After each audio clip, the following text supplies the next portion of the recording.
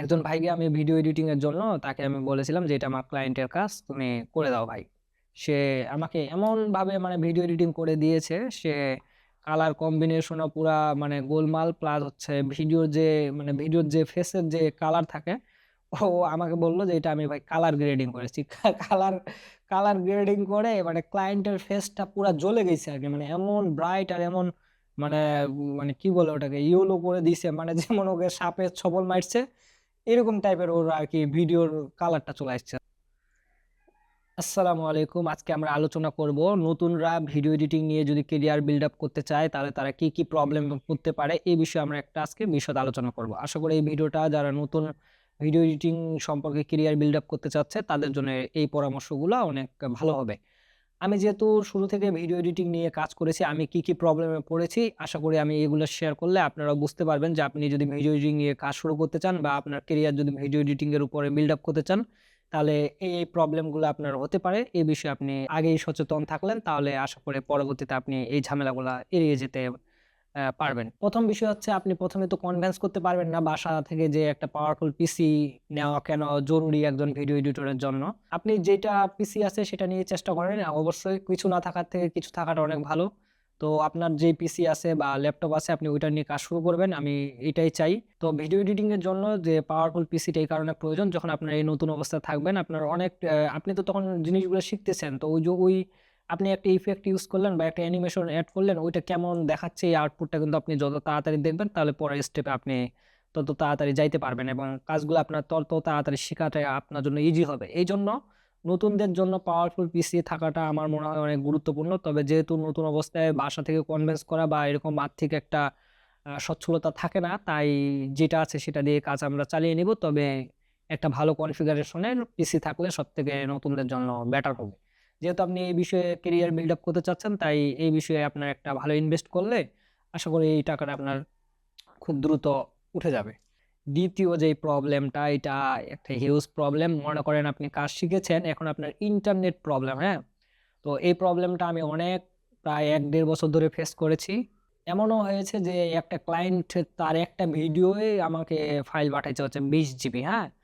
তো আমার file download করতেই যাচ্ছে ২ দিন। খালি ফাইল ডাউনলোড হতে লাগে ২ দিন আবার ওখানে তো আপলোড হতে লাগে ১ দিন। মানে আমার নেট স্পিড এইরকম থার্ড ক্লাস বাজে ছিল। তো অবশ্যই নেট স্পিডটা ভিডিও এডিটরের জন্য অনেক গুরুত্বপূর্ণ। কারণ ধরেন আপনি একটা এডিট করার সময় কিন্তু আমাদের অনেক অ্যাক্সেসরিজ গুগলে সার্চ করে বা B-roll এর জন্য বিভিন্ন ভিডিও আমাদেরকে খুঁজতে হয়। তো ওই খুঁজার বিষয়টা করার জন্য যে আপনি ধরেন একটা B-roll এর জন্য একটা ভিডিও সিলেক্ট করেছেন স্টক সাইট থেকে ওটা ডাউনলোড করছেন। এখন আপনার ওই ভিডিওটা ডাউনলোড হতেই আপনার লাগতেছে হচ্ছে ৪ থেকে ৫ মিনিট।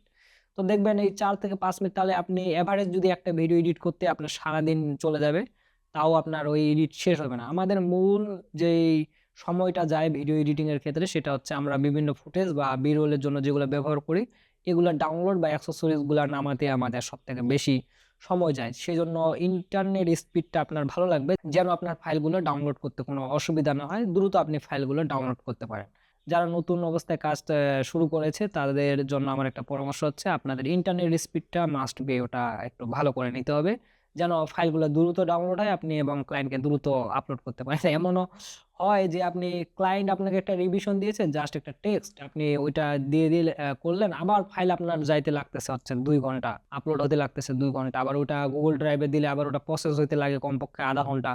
তো এরকম করতে মানে বিশাল একটা মানে সময় চলে যায়। তো এই বিষয়ের জন্য আর এখানে একটা মজার বিষয় আছে বলি। ভিডিও এডিটিং এর কাজগুলা কিন্তু ক্লায়েন্টও টাইম দেয়। একটা এডিটের জন্য মিনিমাম আপনাকে ৩ দিন টাইম দিবে। ভালো জিনিস, না? ঠিক আছে। ওকে। তো আমি একসাথে ২ টা পয়েন্ট ইন্টারনেট ইস্যু এবং ডেলিভারি ২ টা আমি একসাথে আলোচনা করে ফেলেছি। তারপর হচ্ছে কোয়ালিটি, হ্যাঁ? যারা ভিডিও এডিটিং নিয়ে আমরা কাজ করতেছি মাস্ট বি আপনাকে মানে কাজের কোয়ালিটিটা ভালো ইমপ্রুভ করতে হবে। কাজের কোয়ালিটিটা ইমপ্রুভ কিভাবে করবেন? এটা কিন্তু একটা আপনার অভিজ্ঞতা প্লাস একটা জিনিসকে আপনি কিভাবে ওটা ফুটায় তুলতেছেন। এটা কিন্তু একজন ভিডিও এডিটরের একটা বিশাল বড় আমি মনে করি একটা অভিজ্ঞতা। কারণ সে মানে ওই ভিডিওর স্টোরিটা কিভাবে সে মেক করতেছে, এইটা কিভাবে আরো বেটার করা যায়, অবশ্যই এটা একজন ভিডিও এডিটর অনেক ভালোভাবে জানবে। আর আপনি যদি ভিডিও এডিটর হয়ে থাকেন, তাহলে অবশ্যই আপনার এটা অভিজ্ঞতার সাথে আপনি ধীরে এটা আপনার ইমপ্রুভ হয়ে যাবে। এই বিষয়ে কোনো চাপ নেওয়ার কোনো প্রয়োজন নাই। এটা সময়ের সাথে এটা আপনার ইভলভ হতে থাকবে। এখন হচ্ছে ক্লায়েন্টের ব্র্যান্ডিংটা বোঝা। এখন ক্লায়েন্টের ব্র্যান্ডিং জিনিসটা কি? এখন ক্লায়েন্টের ব্র্যান্ডিং জিনিসটা হচ্ছে ক্লায়েন্ট কি ধরনের কালার ব্যবহার করে, কি ধরনের ফন্ট ব্যবহার করে, একটা তার স্টাইল আছে, তার ভিডিওর একটা স্টাইল বা প্যাটার্ন আছে। এই বিষয়টা আপনাকে অ্যাডপ্ট করা প্রয়োজন। কারণ অনেক সময় আমরা তো বিভিন্ন ধরনের ক্লায়েন্টের কাজ করি। তো একেকটা ক্লায়েন্টের এডিটিং স্টাইল চয়েস আলাদা, আলাদা হয়, হ্যাঁ? তো অনেক সময় আমরা কি করি, এমন, এমন জিনিসের সাথে এমন অ্যানিমেশন এড করে দিই, এমন ভিডিওর সাথে এমন ট্রানজ্যাকশন এড করে দিই, তো এইটা একবারে মানে ভিডিও পুরা একবারে নষ্ট অবস্থা হয়ে যায়। এরকম আমার একটা অভিজ্ঞতা হয়েছিল, আমি শেয়ার করি। একজন ভাইকে আমি ভিডিও এডিটিং এর জন্য তাকে আমি বলেছিলাম যে এটা আমার ক্লায়েন্টের কাজ, তুমি করে দাও ভাই। সে আমাকে এমন ভাবে মানে ভিডিও এডিটিং করে দিয়েছে, সে কালার কম্বিনেশনও পুরা মানে গোলমাল, প্লাস হচ্ছে ভিডিওর যে মানে ভিডিওর যে ফেসের যে কালার থাকে, ও আমাকে বলল যে এটা আমি ভাই কালার গ্রেডিং করেছি। কালার কালার গ্রেডিং করে মানে ক্লায়েন্টের ফেসটা পুরা জ্বলে গেছে আর কি, মানে এমন ব্রাইট আর এমন মানে মানে কি বলে ওটাকে ইয়েলো করে দিছে, মানে যেমন ওকে সাপে ছবল মারছে এরকম টাইপের ওর আর কি ভিডিওর কালারটা চলে আসছে। তো ক্লায়েন্ট তো আমি দেখা মাত্র তো বললাম যে এটা নিবে না। সে আমাকে অনেক বোঝাচ্ছে যে ভাই এটা আমি কালার গ্রেডিং করেছি, আমি তো বুঝতে পারলাম যেটা। এখন ধরেন আপনি 3 দিন সময় নিয়েছেন, এখন লাস্ট টাইমে আমাকে ওইটা ফাইলটা দিল যে আর মাত্র 1-1.5 ঘন্টা আছে, তখন দিল। আমি চেক করে দেখলাম এখন তার ফাইলটা আবার রিএডিট করারও সময় নাই। যা হয় তাই হলো, ক্লায়েন্টকে দিলাম। ক্লায়েন্ট তখন পুরো একবার বাস বলে, তুমি কি কাজ করো আর আজকের ভিডিওটা তুমি কেন এরকম ভাবে করছো, হ্যাঁ?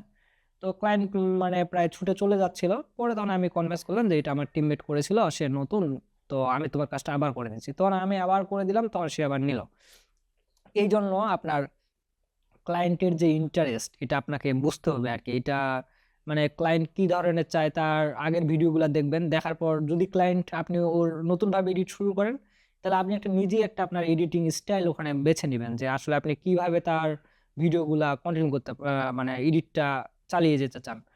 আর সবথেকে মজার বিষয়, যদি আপনি একটা চ্যানেলের যদি একবার এডিটর হতে পারেন, যেমন আমি প্রায় 3টা চ্যানেলের এডিটর হিসেবে আছি, তো ওরা কিন্তু আমাকে রেগুলার কাজ দিতে থাকে।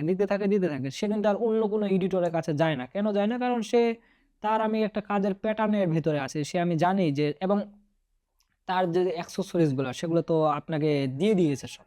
ধরেন তার লোগো দিয়েছে। এভাবে করে একটা, একটা করে যখন যেই প্রয়োজন হয় ওই জন্য তার কিন্তু ভিডিওর জন্য যত অ্যাক্সেসরিজ প্রয়োজন সেগুলো কিন্তু আমার আছে আমার কাছে।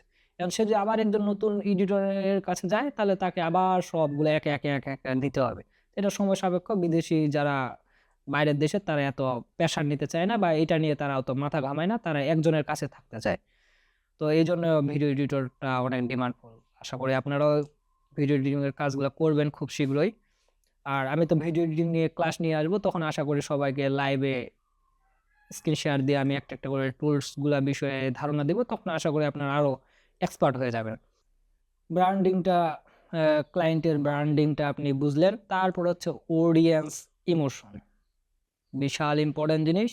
কারণ এইটা যদি আপনি না বুঝেন তাহলে পুরাই কামসারা, হ্যাঁ? অডিয়েন্স ইমোশনটা কিভাবে বুঝবেন? মানে আপনি যে ভিডিওটা এডিট করলেন, করে আপনি ভিডিওটা নিজেই দেখবেন যে আসলে আপনার ভিডিওটা দেখতে কেমন লাগে, বা আপনি ভিডিওটা দেখতে কতক্ষণ ইন্টারেস্ট ফিল করেন। এই বিষয়টা আপনি ওইখানে মানে নিজে, নিজে এনালাইসিস করবেন যে আমি যে ভিডিওটা বানাইলাম সেটা কি বোরিং হয়ে গেল? না হচ্ছে ইন্টারেস্টিং হলো? এটা আপনি নিজে জাস্টিফাই করবেন যে একজন দর্শক এই ভিডিওটা কতক্ষণ দেখতে পারে। এইজন্য আপনি যখন এডিট করবেন, তো এটা আপনার একটা আইডিয়া নিয়ে নিতে হবে যে আমি এই জায়গায় এই কাজটা করব। এই কথাটাকে আমি এইভাবে ফুটায় তুলবো। এবং এতে অডিয়েন্স এখানে কি রিঅ্যাক্ট করতে পারে এই বিষয়ে আপনার একটা ছোট করে একটা ধারণা থাকতে হবে। তো যখন আপনার এই বিষয়ে একটা ছোট করে ধারণা হবে, তখন কিন্তু আপনি আরো বিষয়টা ক্লিয়ার ভাবে বুঝতে পারবেন যে আসলে আপনি অডিয়েন্সের যে ইমোশনটা আছে ওটা আপনি কিভাবে ফুটায় তুলতেছেন, বা ওটা কিভাবে আপনি অডিয়েন্সকে হুক করতেছেন। এবং একেকটা ক্যাটাগরির নিশের কাজ কিন্তু একই রকম। এখন আমি যেমন রিয়েল এস্টেট নিয়ে কাজ করি, তো আমি রিয়েল এস্টেট ভিডিও এডিটিং নিয়ে কাজ করলে আমি কি যেভাবে এডিট করি, এখন একজন যদি ডকুমেন্টারি ভিডিও বানায়, তাহলে তার কি এডিট একই হবে? অবশ্যই একই হবে না। একেকটা এডিটিং স্টাইল একেক রকম। আর আহ, আপনার হচ্ছে পছন্দ থাকতে পারে যে আপনার এই কাজগুলো আপনার করতে ভালো লাগে। যেমন আমার হচ্ছে রিয়েল এস্টেট কাজগুলো ভালো লাগে, টকিং হেড ভিডিওগুলো করতে ভালো লাগে। এটা আমার ইন্টারেস্ট, আমি এগুলো করতে পছন্দ করি এবং আমি এগুলো করি। আর যদি আপনি ডকুমেন্ট বা এগুলা ভিডিও করতে চান, তাহলে সেগুলো করা যাবে। তবে আমার টিম আছে। আরেকটা কথা বলি যে যদি কারো ভিডিও এডিটিং নিয়ে কোনো বিষয় থাকে যে আসলে আপনার ক্লায়েন্টের আপনি এসইও কাজ করেন আর আপনি তো ভিডিও এডিটর না। তো আপনি আমার সাথে যোগাযোগ করতে পারেন। ইনশাআল্লাহ আমরা হচ্ছে ভিডিও এডিটিং, তারপর হচ্ছে থাম্বনেল ডিজাইনিং, এসইও অপ্টিমাইজেশন তো আপনি করবেন। তো আমরা এইভাবে কাজ করে থাকি। এইজন্য আমার প্রায় বেশ অনেকজনে আছে। তারা এসইওর কাজ করে আর আমি থাম্বনেল এবং ভিডিও এডিটিং এর কাজ করি। আর যখন আমার কাছে বেশি কাজ থাকে তো আমার আবার পার্সোনাল এডিটর আছে। মোটামুটি তারা ভালোই কাজ করে। আর অথবা যদি আমি তাদেরকে একটা গাইডলাইন দিয়ে দিই, "ভাই এটা তুমি এইভাবে, এভাবে করবা, এই কালার ইউজ করবা, এই ফন্ট ইউজ করবা।" আমি তাকে সব একটা শিটের মাধ্যমে দিয়ে দিই। ওটা আমার শিট আছে। তাকে আমি ওটা যখন ফরওয়ার্ড করে দিই সে কিন্তু বুঝে যায় যে এটা আমাকে এইভাবে করতে হবে, এই ট্রানজ্যাকশন ব্যবহার করতে হবে। আমি তাকে বলে দিই। এতে করে কিন্তু তার কাজটা করতেও কোনো সমস্যা হয় না। আর একান্ত যদি যারা একবারে নতুন আছে তাদেরকে আমি ওই পয়েন্টগুলো হাইলাইট করে দিই যে এগুলা তোমাকে হাইলাইট করতে হবে। আরো অনেক সুন্দর ট্রিকস আছে যে এগুলা কিভাবে করা যায় এবং এআই এর মাধ্যমে করা যায়।